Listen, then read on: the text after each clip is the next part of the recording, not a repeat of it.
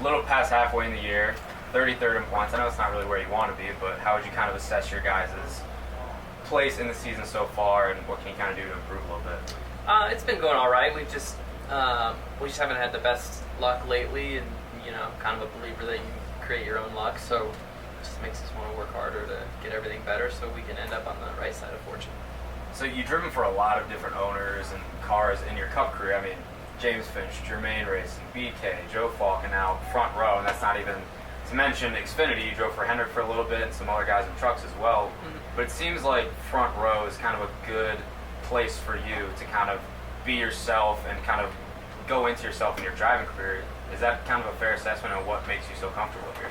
Yeah, for sure. I mean, I think Bob Jenkins is a really good car owner that kind of just puts his faith in this team and puts his faith in me and lets us do what we need to do. And I really appreciate that. He kind of allows me to have my personality, whatever it is, on or off the track. I feel like it works well for our partners. They seem to be happy, and so we kind of have all those pieces together. We just need to get the results on track to keep it going. Yeah, I mean, something that could probably help that is a good relationship with your crew chief. I know you were talking with him before this, Seth Barber, and you had Donnie Wingo for the first 17. He moved on to different things within the company, but how's the relationship been with Seth? I mean, this is not your guys' first rodeo. You've obviously done this before with different people, but how's it getting to work with him? It's great. I mean, I think Seth is great. I think he's, he's ambitious to help this team out and to help kind of tighten that bond between Roush Fenway and Front Row Motorsports. And I think he has a lot to gain from it. So there's definitely a lot in it for both of us. So we know, obviously, you guys aren't aiming to go out and win every single weekend. You have a couple weekends a year where, your Daytonas and Talladegas, all right, maybe it's a real thing here.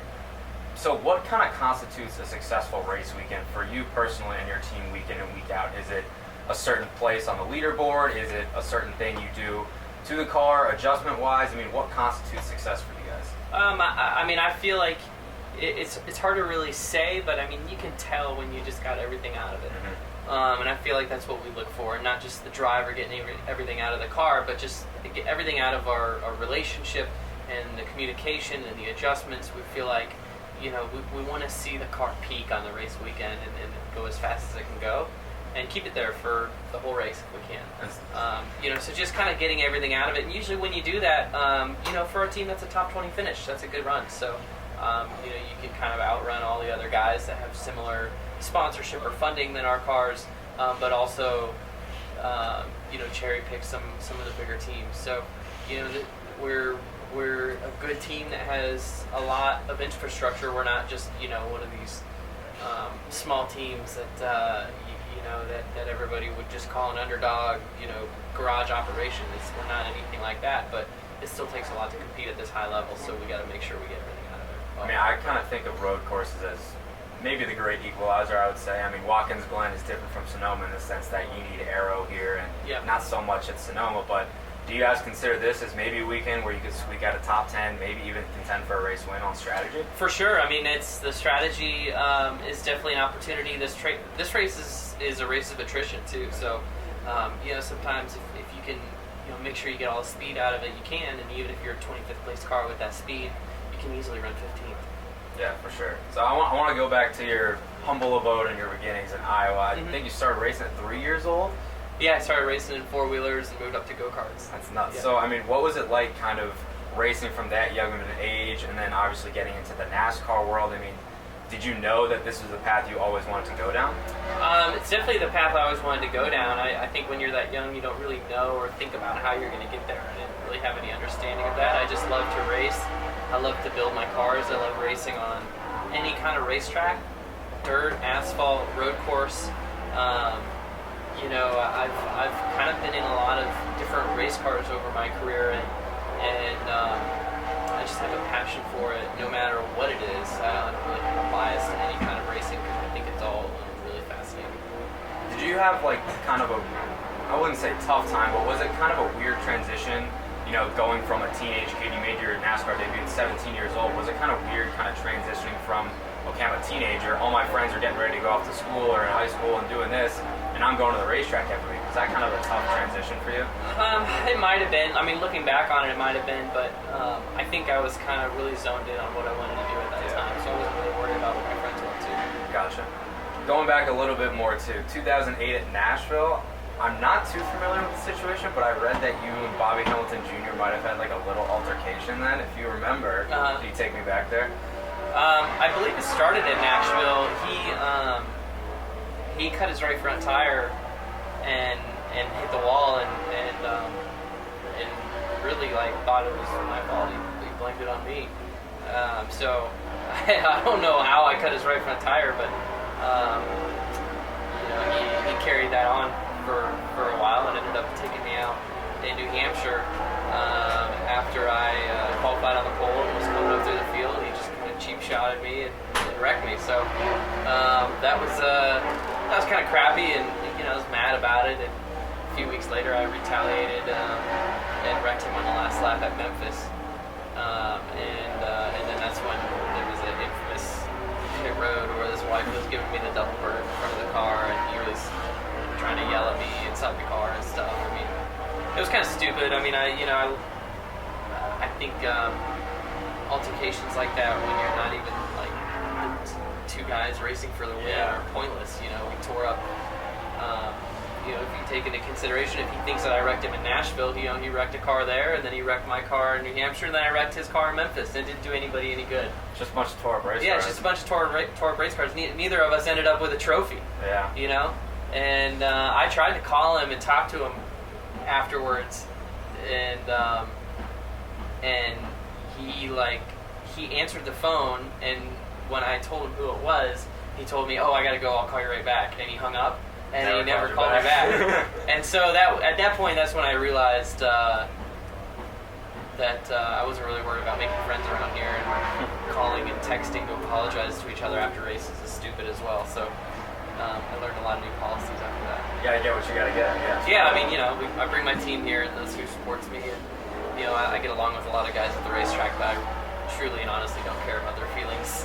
I would rather beat them on the racetrack. That's what you gotta do, man. Yeah. So I got to talk to you about social media, obviously. We were talking before.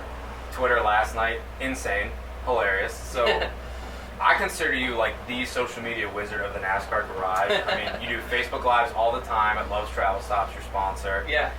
You're on Twitter constantly, Snapchat with your son, everything. I mean, what got you into social media? You say that you're like a child of the internet, and I feel you on that. Yeah, for sure. So like, what makes you want to go on Twitter after a race or do a Facebook Live and pay for people's gas and stuff like that? Is it just pure fun? Is it it's just fun. Like, it's just fun. I mean, I feel like I think it's the way that our generation can connect with fans.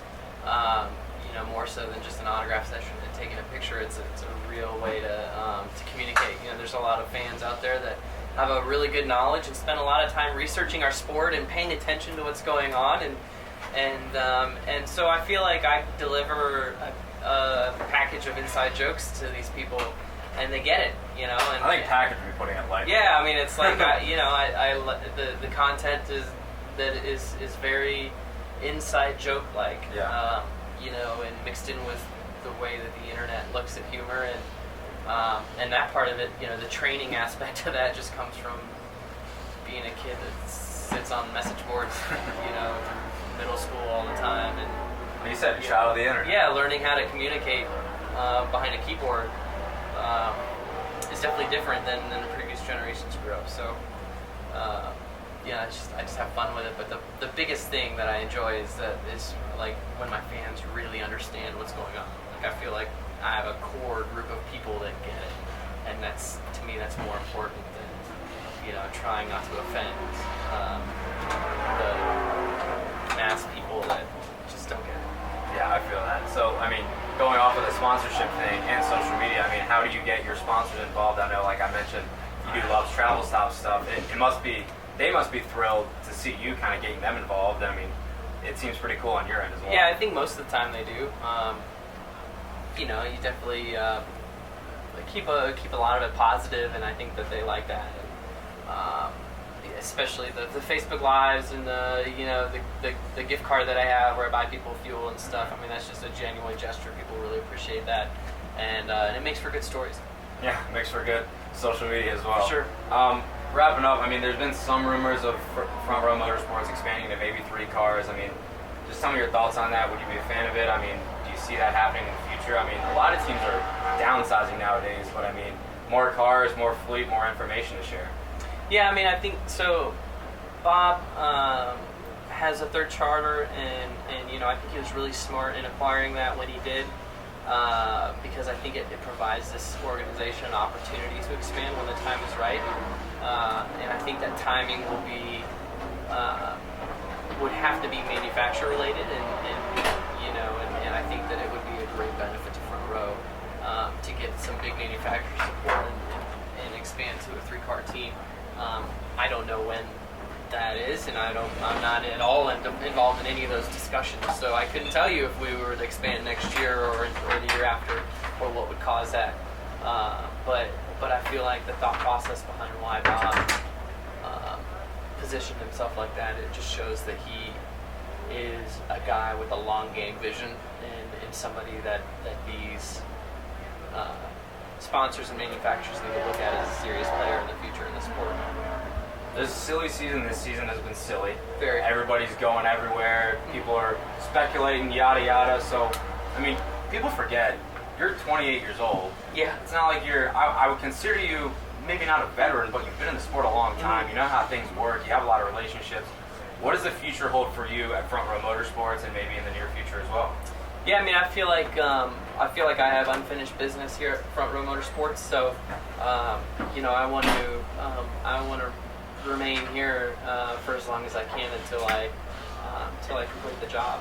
I feel like I want to give them the best season that they've ever had, and I want to give them a win, outside of a super speedway or a rain delay or something like that. I want to give them I would definitely want to give them a super speedway win, but I want to give them some really good results, and I feel like we have a lot of work to do to get there, so I'm not really worried about what else is outside and going on.